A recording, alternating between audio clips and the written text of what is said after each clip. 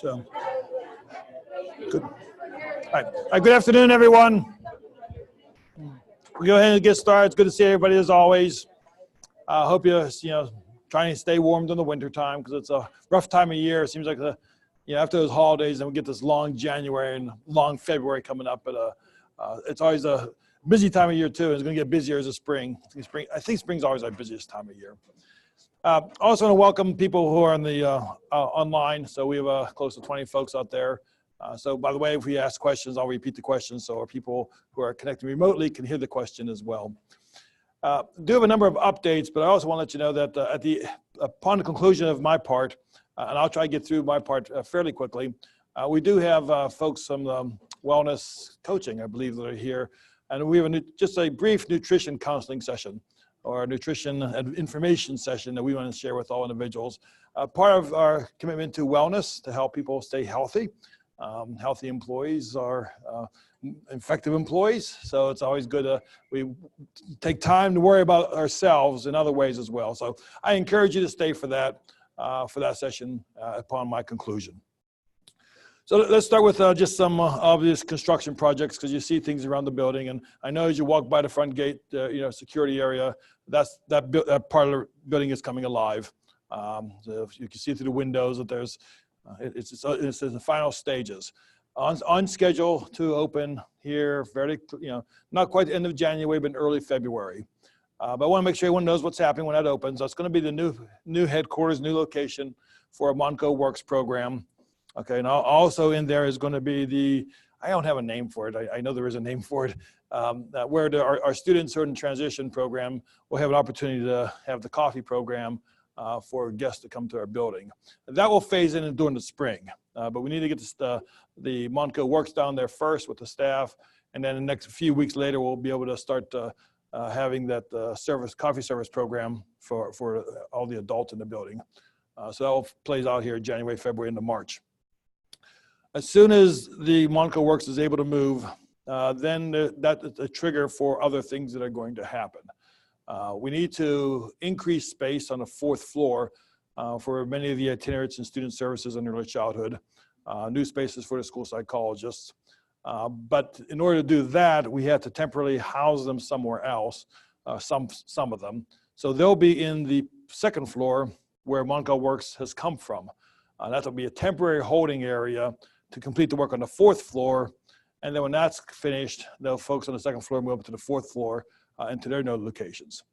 And when that's finished, then we'll start moving the lab that's on the 4th floor down to the 2nd floor. Okay, so all that's going to occur February, March, and hopefully have it all concluded by April. And then we'll be finished for a while. But these adjustments continue to be necessary because of continued growth that we continue to experience here in the organization. So that's moving along. Barbados Street, I've mentioned before, and it's been quiet for a while, but they're back. And we'll be talking to PennDOT here fairly soon, sometime in late February, March, about putting a road through our parking lot, or at the end of our parking lot, not through. But even that project does stay on. That's going to be a while. There's probably still another year or two before they can break ground. So I want to keep you apprised that that's happening. And plans will be developed and talked about for over a year, but I don't think that he has to worry about anything construction for quite a while. But I just want to keep you posted that someday it does appear that's going to happen, and we'll not be able to prevent that from occurring. As far as 1605 is concerned, that's continues to progress. Different things come up to address all the time. Anytime you renovate an old building, you find things that you don't know they were there. So we continue to address those, but it looks like we're still on schedule for late summer completion of that project. I know some of the staff in that building I certainly want to thank, because it's difficult to be able to do your job in a building that's under construction. So I never want to take it for granted what folks are doing there and helping us out. But it looks like we're on time and progressing. Any questions on construction? And again, I always give you time at the end to talk questions on anything, but anything on the construction part? Anybody wants to ask? Okay, let's talk about Harrisburg politics. This is the time of year when the governor is soon to release his budget. Should be out next week. We always pay attention to that because part of the budget is early intervention and pre-K counts. So two programs we're extremely interested to watch and how he handles that. Word is, I think both will get some type of increases. I'm not sure. I'm not hearing dollar amounts yet, but we're hearing positive news on both accounts. There'll be a decent increases on both those programs. Again, it's just the governor's budget. Doesn't mean at the end of the day we'll get those monies that he proposes. Given that it's an election year, generally what he proposes is probably going to be pretty accurate because I don't think during election year anybody wants to be opposing funding for children. So it's always a good year to get something positive in the budget. And anybody wants an on-time budget. So I'm sure the backroom negotiations are probably being agreed upon before he proposes it. So we'll be watching that. There's other things in Harrisburg that we have to pay attention to, mainly charter school reform. I should say mainly cyber charter school reform. There seems to be a real drive this year or interest on, clearly both parties to try to do something in that area, which is, you probably are aware, is a major drain on school district budgets. So those programs hit the public schools pretty hard. There's been hearings, probably be continued hearings, and the governor in the next day or two is going to release his solution for the fix of what to do with cyber charters. Not necessarily he'll get agreement from both parties on that, but we're anxious to see what he proposes here in the next 48 hours. The intermediate units testified last week in Harrisburg, in terms of what the intermediate units positions are. The current bills out there right now would require, wouldn't require, but would encourage school districts to use intermediate units for online education. Now, in our case, they already do. All right. And by doing so, and then the school district also has to offer two other programs besides the intermediate unit, which would be one of the cyber charter schools, and essentially then eliminates cyber charter schools. But those two things don't go well. Some of them will have to still be around to be one of the providers for the private public school. But will greatly decrease school district funding for cyber charter schools. So keeping our eye on that and see what the governor says and see how that continues to advance through the General Assembly. But again, it's a good news situation. Talking with Tina Valeto today, it seems like sometimes the stars do align. The Speaker of the House in the General Assembly in Harrisburg announced his retirement. He has been probably the single most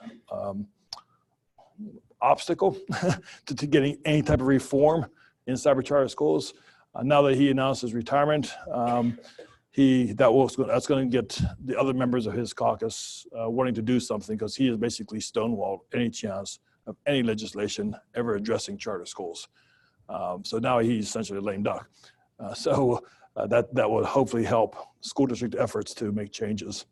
I'm referring to Speaker Turzai, by the way. He also has been the strongest proponent of vouchers, of taking public money and sending them off to private schools. He most recently had the bill to take money out of Harrisburg School District and let children go off to any school they want at the cost of the Harrisburg School District's taxpayers. That has not gotten through, and that would basically bankrupt Harrisburg School District forever. But now that he's gone, or now that he's announced his retirement, chances are that will not surface again, hopefully soon. However, on the other side of that argument is a Supreme Court case that's playing out in Washington, D.C., generated by the state of Montana, that is challenging whether or not it's constitutional to allow public funds to go to private schools. Supreme Court's finally going to give us an answer to that question. Most political pundits believe that they will answer that it is constitutionally able to do that. So we will see. That will have far-reaching implications for future legislation in all states regarding vouchers or scholarships, whatever name you want to call them. So we'll keep our eye on that too. Probably won't get a hearing on that. They already started hearing. I can't imagine we'll get a decision sometime to March on that. But that will have broad implications across the country to public education on what the Supreme Court decides to do. Issues on government, other things that we're keeping our eye on, property tax reform. Again, it's election year. It's always popular to oppose property tax. Anybody can oppose it, but coming up with a solution is the hard part. So that's going to be out there too. So you'll hear a lot of conversation here in the next 2-3 months about property tax reform. So government relations questions, Harrisburg, Washington, D.C. All right, I'm just gonna keep going. We can always come back and revisit these. I think everyone knows our Head Start application was submitted a few weeks ago. Now that we're through January, it's a wait and see. Could be any day, it could be another 4 weeks or 8 weeks away. I think it's probably somewhere in between that we'll be hearing officially about our application of Head Start. We remain highly confident that will be renewed. But you still want to get that final word before you do any type of celebrating. So we'll keep our eyes on that and hope to have that clarity in the coming weeks. In the the 1% chance we don't get the grant, then we got problems to deal with. We'll have to cross that bridge when we get there. At this point, I think we're feeling pretty good and hopefully wait till a few more works here. We'll get clarity to that, and the next grant will be for another 5-year extension. So Head Start grants go for 5 years at a time.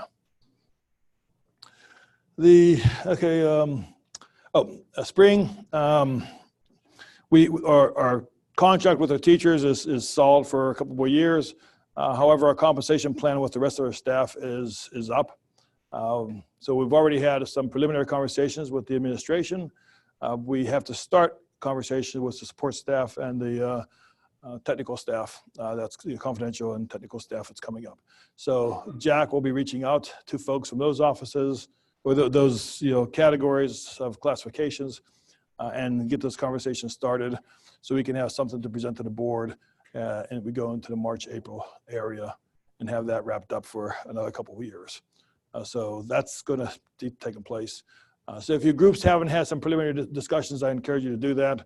But Jack will reach out to your I guess the leaders of those groups, fairly soon, and get some meetings on the scheduled to get that process started. It might be a little different this year because we're dealing with a board that is, we don't know them. As you heard me say before, we've have 5 new board members that came in on January, had their first board meeting last week. We just got the meeting for the first time. And that's on top of the 5 or 6 board members we got on July. So half our board is 6 months experience or less. So a lot of re-educating to do and get them understanding how we do things here and how extremely different it is from a public school district. So we'll continue to work with that and get these compensation agreements approved. And there's strong support for what's happening, even from our new board members we met the other day. Clearly, they seem to be very supportive of the things that occurred here. So we're not looking for any major disruption. I guess the major disruption would be this actual search process with my retirement announcement. So the board met, the new board, and spent some time talking. And what they came out with conclusion is they want a person in the position for at least 2 terms minimum, if not more. So they want an 8 to 10 year person. So they made that very, very clear that that's they always like long-term stability. So Dr. Landis, who's not going to be around for 8 to 10 years, has let the board know that he's going to be around for a while, but not that long. So he'll continue to serve as the assistant executive director, and the board is going to opt to look for a new executive director who does want to be around for 8 to 10 years.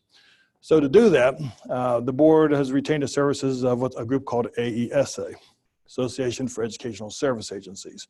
It's actually the National Association of Intermediate Units. There are 45 states that have entities like intermediate units. They're called BOCES in New York. They're called, regional service agencies in Texas, East, because they all have different names. Frankly, they're intermediate units. So 45 states have a system like this. And so that national association is going to be handling the search. They're based out of Texas. Interesting enough, there's a search going on for an executive director in IU3, which is the Pittsburgh area. And the guy who's doing a search for him calls me up and says, I don't know what I'm doing. I don't know anything about an intermediate unit. So very few organizations who search for superintendents know anything about intermediate units. That's why we opted to go with an association who actually does understand intermediate units. So the lead consultant is a person named John Bass, and he'll be coming up from Texas on occasion and leading the process. So the first ad went out. You probably saw that last week. And just an idea what the timelines are. I think the ad's posted through the end of February or near the end of February. So there'll be a first round interview process, probably certainly in mid-March, I think around the 15th, 16th, 17th week, with the idea that there'll be finalist interviews probably sometime in early April, with the goal of having an announcement at the April board meeting. Okay, then with the goal of having a new person on board by July 1, and then I would be in a quasi role of helping train and coach the person until my time here ends up in September. So that's kind of the plan right now. Always subject to change, but I think it'll probably stay with those timelines fairly closely. I do know that the board is committed to having representation from the staff and faculty on the first round interview. Okay, so we'll be reaching out to folks as we get into late February, so that all the offices and then all the different classifications of positions will be represented on an interview panel. So the board has made it very clear that with the staff participation in that process. Usually when it gets down to the second and finalist round, then it's the board only. But the staff will be part of the first round process to at least get the field narrowed down. I can verify that since my announcement, there have been many folks who have reached out, and we basically just put them all on hold. But there's clearly going to be a lot of interest in this position. And so I think the board's going to have a nice mix of folks to choose from. And they were reaching out before there was even an announcement. Okay, but that's just indication of a high level of interest out there across the state. So that's the process as it's laid out as of right now. Okay, so that was all announcements that I had at this point. So let me just take a few moments to see if there are questions or comments or any other topic you would like me to address.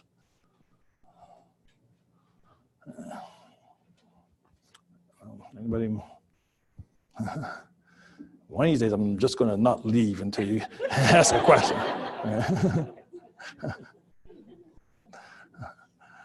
Okay, if not, I'm going to turn this over to Jack, who then will introduce our. You want to use that microphone over there? Thank you. And actually, what we'll do is we're just going to take probably about 4 or 5 minutes to set up. We do really want you to hang around and listen to our nutritional information session that we have planned for you.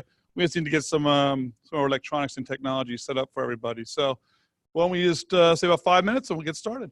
All right, thanks.